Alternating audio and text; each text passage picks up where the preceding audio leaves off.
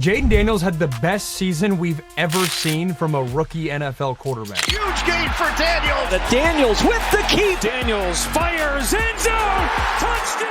So why does that make me so nervous? Because every year we do it, we crown the next great quarterback. And every year, somebody crashes in year 2. Or if crashes is too extreme, they don't progress at the level the collective football world thought they would. CJ Stroud, Baker Mayfield, Robert Griffin III, even Mac Jones looked like a franchise guy until year 2. These guys all had great rookie seasons, but then something happened. So today we're asking, is the sophomore slump real? If so, what causes it? The quarterback, the team, the scheme, and most importantly, what can we learn from the past to help Jayden avoid it this year? Because right now, he's already been crowned, just like we did with CJ Stroud last year. CJ Stroud's still a strong starter, but PFF's recent quarterback tier rankings has him as a tier 3 starting quarterback. You would have got heavy pushback for that take 12 months ago. Jayden didn't just have a good rookie season, he had the best we've ever seen. He set rookie records for completion percentage, rushing yards by a quarterback, and touchdowns in the fourth quarter and overtime. Took him to an NFC Championship appearance in year 1. These are historic accomplishments, but if we're being honest, they're also a near impossible standard to keep building on. Because history tells us something else. This is the exact type of season that sets up a slump in year 2. So before we talk about year 2, we need to understand why rookie success can be deceiving. Because if this pattern holds, even a guy like Jayden isn't safe. We've seen this story before. A rookie lights it up, and then year 2 hits, and everything falls apart. RGIII won Rookie of the Year, then tore his LCL and was never the same. Baker Mayfield threw 27 touchdowns as a rookie, then 21 picks in year 2. CJ Stroud led the NFL in passing yards per game and touchdown to interception ratio as a rookie. Then every meaningful stat got worse in year 2. The dude didn't look like the same guy. This isn't a one-off. Over the last 15 years, more than half of the standout rookie quarterbacks have regressed in year 2. Sometimes it's the tape catching up. Sometimes it's the team collapsing around them. But the slump is real, and it's more common than not, which brings us back to Jayden Daniels. He's riding the same high those guys rode. So what makes him different? What could trip him up in year 2? Let's talk about the biggest factor most people miss, the environment. Sometimes it's not the player, it's the environment that breaks you. Let's start with Mac Jones. He was a Pro Bowler as a rookie, led the Patriots to the playoffs, finished with a 92.5 passer rate. Then in year 2, Bill Belichick replaced his offensive coordinator with Matt Patricia, a defensive coach, no quarterback background, no offensive pedigree. It is still wild to me all these years later that Bill Belichick got away with that. I guess that's what you get when you've won all those titles, but just imagine if another coach made that decision. Bill Belichick gets flack for that decision, but not nearly as much as a different coach would if they made that same choice. The Patriots offense collapsed to 26th in the NFL. Max interception rate doubled. The dude looked broken, confused, erratic, and regressed by the week. Now he's a backup for his 3rd team in 5 years. Then there's Baker Mayfield. He set the rookie record for touchdown passes, took Cleveland to the playoffs. But in year 2, the Browns made Freddie Kitchens, his former position coach, the head coach.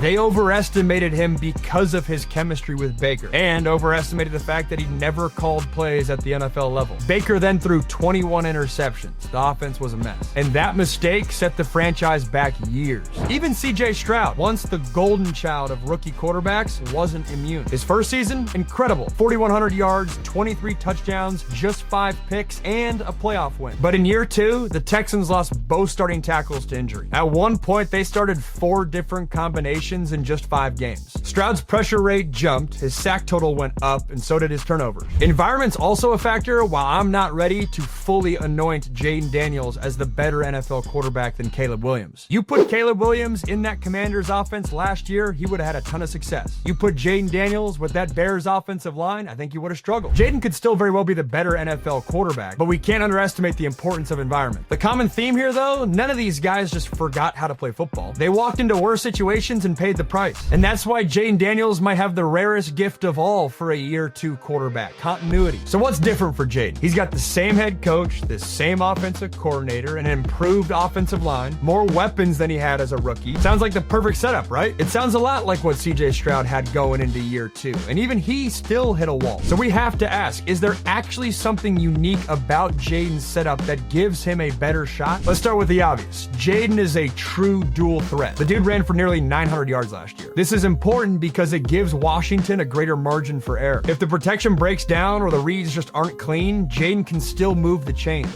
Stroud didn't have that luxury. He had to win from from the pocket despite the defense having a whole offseason to take away his tendencies. Now combine that skill set with Cliff Kingsbury. Say what you want about his NFL track record, but his system is simple, fast, and QB friendly. It spreads the field, simplifies reads, and just lets the quarterback go out there and play point guard. That's a massive difference from what Stroud's facing in Houston. It was a complex Shanahan-style system that demanded precision, not just from CJ Stroud himself, but all 10 other starters around him. If you're designing an offense to help a rookie survive year 2 and just think less and go play ball, you'd probably end up with something close to what Washington has now. And that, more than probably any other factor, might give Jayden the best chance to break the sophomore slump. So the setup looks good, the skill set is rare, and the offense is built to help him succeed. But here's the truth. Even the best rookie seasons don't guarantee year 2 success. CJ Stroud looked flawless, then his offensive line fell apart. Mac Jones made the playoffs, then got Matt Patricia as his play caller. RG3 was a sensation, then he tore his knee and never looked the same. All it takes is one change, one injury, one broken part of the machine, and that promising career can veer off the track fast. There's 3 other factors that are hard to back with statistics, but certainly play a factor in our perception of what is a sophomore slump. The first is guys like me, media members, that have this itch to anoint guys before they're actually there. We're always wondering and chasing, hey, who's the next Patrick Mahomes? Who's the next LeBron James? Who's the next superstar? And so when we get excited about a young guy, we anoint him too early. In fact, we're doing it right now at the college level with Drew Aller, saying that he's going to be the number 1 pick in next year's draft. Drew Aller is not there yet. He has not played at the level of being the number 1 pick, but we're clamoring for that next guy. We did it last year with Carson Beck. He did not put anything on film that said, hey, I should be the 2025 number 1 overall pick. Both those guys could get there. I hope they get there, but media members and dudes like me and talking heads push that narrative before guys are actually there. And when we push that narrative and guys don't keep progressing at that same rate, there's this perception that it's a sophomore slump. The second factor, it's why football is the greatest sport out there. It's the ultimate team sport. Sophomore slumps don't really happen in the NBA. Why? Because promising superstars take every offseason to improve one element of their game, then they come back the next year and they're objectively one notch better. Then after about 3 or 5 years, we look up and it's like, hey, that promising young guy, yep, he's a surefire all-star once again. The sophomore slumps happen in football specifically because even if the quarterbacks are taking that same NBA offseason progression, well, if their teammates around them, football-wise, don't take that same next step and don't come to play, well, you can't do anything at the quarterback position. All the factors around you have to be dialed for you to continue to take that next step. And the third factor, the mindset of when you are the hunted and not the hunter. When you're starting as a rookie quarterback, chances are no one's really expecting your team to make the playoffs. No opponent circling your game on the calendar as like, hey man, we really got to gear up for that one. And so naturally you can sneak up on people. Before you know it, you've snuck up on 2 or 3 teams in a row, you got some momentum, you got some good juju, and you never look back. But if you had a strong rookie year, the script can flip in year 2, where you are the team that everyone else is hunting. You're playing in primetime games. You're not sneaking up on anyone. That is certainly the case for the Commanders this year, and it's a mentality shift that's very real. And so is the sophomore slump. It's real, but it's not a curse. It's a stress test. It exposes what's fragile, the coaching or the scheme or the player. And for now, Jayden Daniels has everything set up for him to pass the test. But we won't know until the ball's snapped, because no matter how talented you are, year 2 is when the NFL finds your weak spot. Hey, if you like this breakdown, would mean a lot if you hit that like button so more fans can see this video. Subscribe if you want smarter football content all season long. Football season's gonna be here before we know it. And drop a comment. Do you think Jayden Daniels will survive year 2? I'll be in there with you. Until next time.